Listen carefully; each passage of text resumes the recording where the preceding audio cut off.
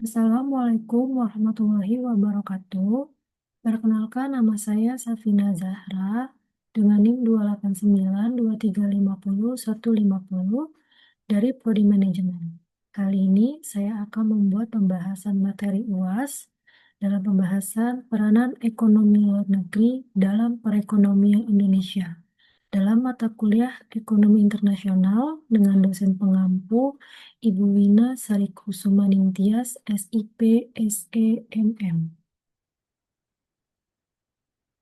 Baik, selanjutnya. Yang pertama ada tujuan instruksional khusus. Yang pertama ada devisa, yang kedua ada ekspor migas dan non-migas, yang ketiga ada impor dan substitusi impor. Ditinjau dari perspektif ekonomi internasional, Indonesia merupakan salah satu kekuatan ekonomi berkembang utama dunia yang terbesar di Asia Tenggara dan terbesar di Asia ketiga setelah Cina dan India. Secara konseptual, kerjasama bidang ekonomi antar negara sangat diperlukan karena tidak saja akan meratakan dan menyeimbangkan kondisi perekonomian di negara tersebut. Yang pertama, kita akan membahas mengenai devisa. Apa itu devisa? Devisa adalah kekayaan suatu negara dalam bentuk mata uang asing yang berguna sebagai alat pembayaran internasional dan bersifat convertible atau mudah dipertukarkan. Bentuk devisa misalnya seperti semua valuta asing yang mempunyai daftar kurs resmi di bank sentral, emas, wesel asing, dan lain-lain. Pengertian devisa paling tidak mencakup dua hal, yaitu sebagai saldo bank dalam valuta asing yang mempunyai catatan kurs dari BI, valuta asing lainnya tidak termasuk uang logam yang mempunyai catatan dari BI. Jadi devisa ini adalah sebagai mata uang asing yang mudah dipertukarkan dan mempunyai daftar kurs resmi di bank sentral, emas, wesel asing, dan lain-lain. Dan devisa ini pengertian yang paling mencakup dalam dua hal, yaitu sebagai saldo bank dalam valuta asing yang mempunyai catatan kurs dari BI atau Bank Indonesia. Nah, valuta asing lainnya tidak termasuk uang logam yang mempunyai catatan dari Bank Indonesia. Selanjutnya, valuta asing diperlukan untuk apa aja sih? Yang pertama, yaitu untuk sumber pendapatan negara yang kemudian digunakan dalam membiayai pembangunan di berbagai bidang. Jadi, valuta asing ini bisa digunakan sebagai sumber pendapatan negara untuk membiayai pembangunan di berbagai bidang. Yang kedua, mengimpor barang konsumsi menjadi bahan baku industri dan sektor produksi lainnya, peralatan dan perlengkapan atau seperti barang modal, perlengkapan pertahanan keamanan, dan sebagainya. Yang ketiga, itu sebagai melunasi jasa pihak asing seperti jasa perbankan, asuransi pelayaran, penerbangan, rekayasaan, wisatawan Indonesia, dan sektor jasa lainnya. Jadi, valuta asing ini banyak banget jika Indonesia atau suatu negara itu memerlukan valuta asing. Selanjutnya, sebagai melunasi utang luar negeri atau sebagai alat pembayaran cicilan utang luar negeri khususnya bond. Yang kelima, sebagai pembayaran jasa dari perusahaan asing seperti angkutan, jasa perbankan, dan perekayasaan atau consulting dan engineering. Jadi, valuta asing ini tidak hanya bisa untuk membayar perlengkapan seperti barang modal, keamanan, dan sebagainya, tetapi bisa juga untuk pembayaran jasa dari perusahaan asing berbentuk jasa angkutan, perbankan, dan perekayasaan. Yang keenam, membiayai pengiriman tim kesenian dan olahraga. Yang ketujuh, mempunyai kantor perwakilan, kedutaan, atau korps diplomatik di luar negeri. Konsultan termasuk biaya untuk mahasiswa kita di luar negeri juga memerlukan devisa.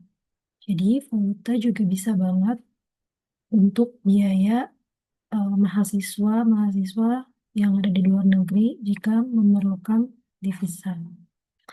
Yang kedelapan, yaitu memberikan sumbangan ke negara-negara lain yang mengalami musibah. Jadi valuta asing ini banyak banget manfaatnya, bukan hanya sebagai untuk melunasi utang atau mengimpor barang konsumsi, tapi juga bisa memberikan sumbangan-sumbangan ke negara-negara yang mengalami musibah. Selanjutnya, ini adalah contoh posisi cadangan devisa yang dalam bentuk US dollar yang dibuat menjadi rupiah atau juta dari 2005 ke 2018. Di sini cadangan valuta asing di 2005 dari mulai 32.000 sampai di 2018 ada 204.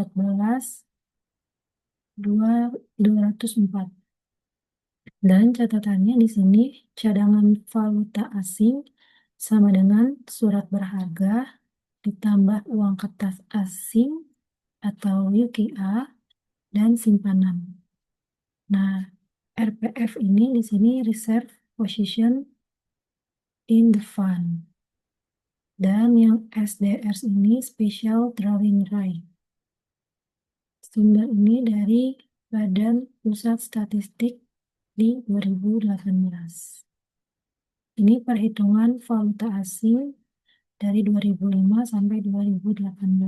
Berarti kemungkinan di 2019 sampai 2025 kemarin bisa juga terjadi penambahan dari hasil 2005 sampai 2018 ini. Baik, selanjutnya di sini ada Official Foreign Exchange Reserve, yaitu ialah cadangan devisa milik negara yang dikelola, diurus, dan ditata usahakan oleh bank sentral. Yang kedua, ada Country Foreign Exchange Reserve, yaitu mencakup seluruh devisa yang dimiliki badan perseorangan lembaga, terutama lembaga keuangan nasional yang secara moneter merupakan bagian dari kekayaan nasional. Yang kedua, kita akan membahas mengenai apa itu ekspor migas dan non-migas. Ekspor migas dan non-migas adalah ekonomi luar negeri Indonesia memegang peranan sangat penting. Oleh karena itu, dari kegiatan itu dapat diperoleh devisa untuk pembiayaan pembangunan dalam negeri. Perolehan devisa yang paling dominan adalah bersumber dari hasil ekspor barang dan jasa.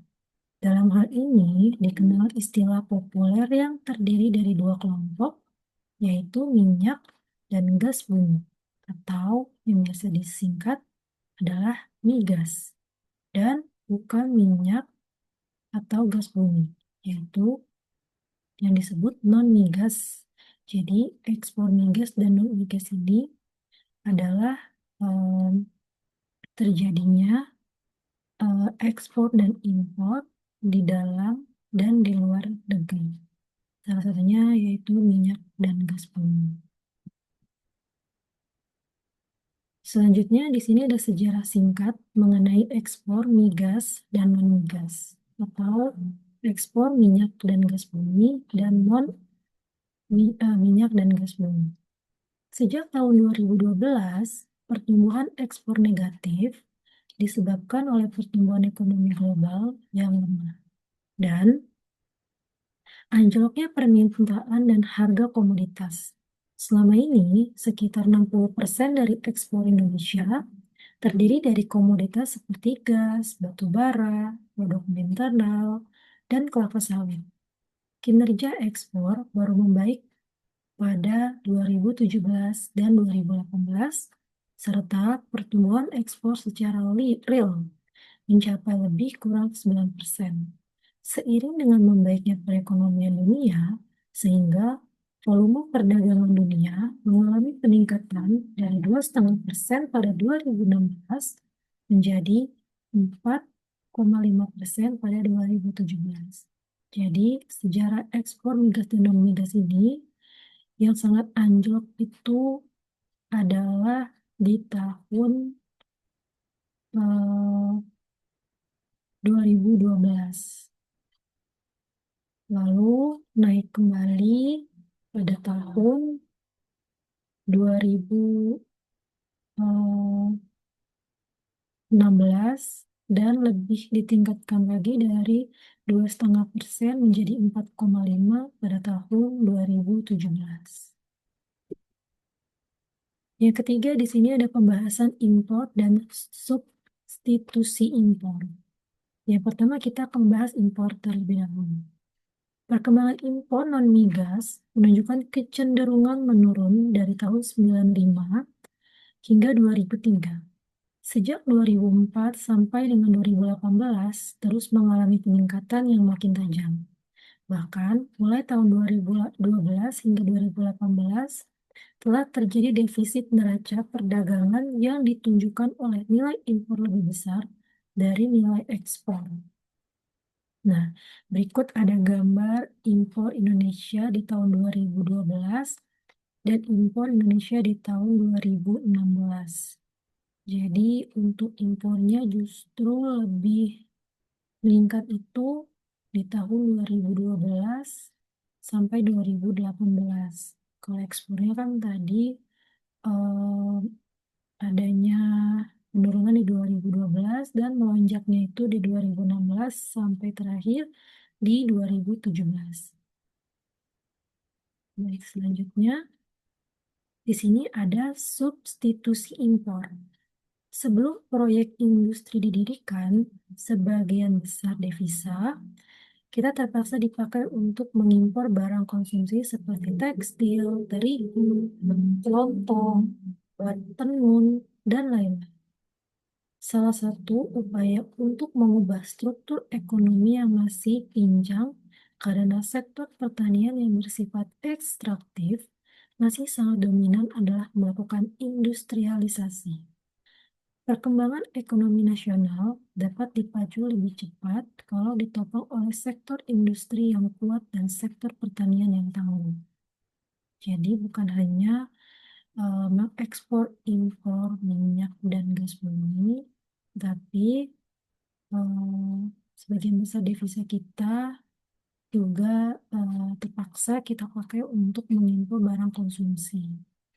Karena perkembangan ekonomi nasional itu dapat dipacu juga lebih cepat untuk menopang sektor industri yang kuat dan sektor pertanian yang tangguh. Selanjutnya di sini ada beberapa manfaat positif yang dapat dilakukan dari kebijakan substitusi impor. Yang pertama, ini mengurangi ketergantungan pada impor. Yang kedua, memperkuat sektor industri.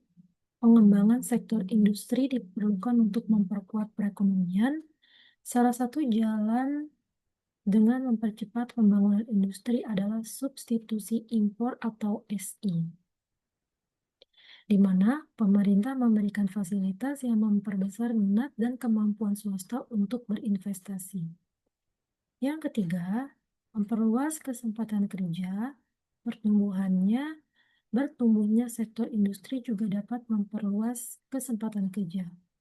Dengan demikian, tenaga kerja yang melimpah di sektor pertanian akan diserap oleh sektor industri tanpa mengurangi kuantitas output sektor pertanian. Dan yang keempat, menghemat devisa, yaitu penghematan devisa akan berarti memperbaiki neraca pembayaran. Perbaikan neraca pembayaran umumnya dilihat dan surplus neraca perdagangan atau menurunnya defisit neraca perdagangan karena impor makin mengecil. Jadi beberapa ini adalah manfaat positif dari kebijakan substitusi impor. Selanjutnya,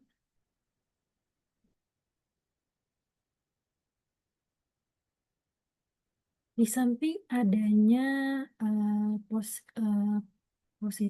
manfaat positif dari SI atau substitusi impor. Yang pertama yaitu bisa menguntungkan perusahaan asing. Perusahaan asing yang menambahkan modal dari sektor industri substitusi impor akan memperoleh keuntungan karena memperoleh proteksi di balik beban tarif, fasilitas keringanan pajak, dan insentif penanaman modal. B. Pasar domestik cepat jenuh. Kelemahan kebijakan substitusi impor atau SI bukanlah pada aspek penawaran, melainkan aspek permintaan. Rendahnya pendapatan per kapita penduduk menyebabkan permintaan domestik akan produk-produk industri amat kecil. Artinya, skala pasar domestik relatif kecil sehingga cepat jenuh. C. Memunculkan atau memperkuat gejala monopoli atau oligopoli. Kecilnya skala pasar domestik menyebabkan para investor meminta jaminan kepastian pasar agar skala jual produksi mereka mencapai tingkat efisiensi ekonomis. Bahkan dapat memberikan keuntungan supernormal atau supernormal profit. Hal ini menjadi salah satu alasan mengapa para investor menuntut hak monopoli atau legal pembatasan jumlah produsen berdasarkan ketentuan hukum. Jadi itu manfaat positif dari substitusi impor atau SI. Baik, mungkin itu saja yang dapat saya sampaikan mengenai pembahasan dari peranan ekonomi luar negeri dalam perekonomian Indonesia. Itu sudah saya sebutkan dari mulai devisa, ekspor migas dan non-migas, impor dan substitusi, sampai yang terakhir itu ada dari manfaat positif substitusi impor. Mungkin itu saja yang bisa saya sampaikan. Kurang lebihnya mohon maaf. Wabillahi taufiq wal hidayah. Wassalamualaikum warahmatullahi wabarakatuh.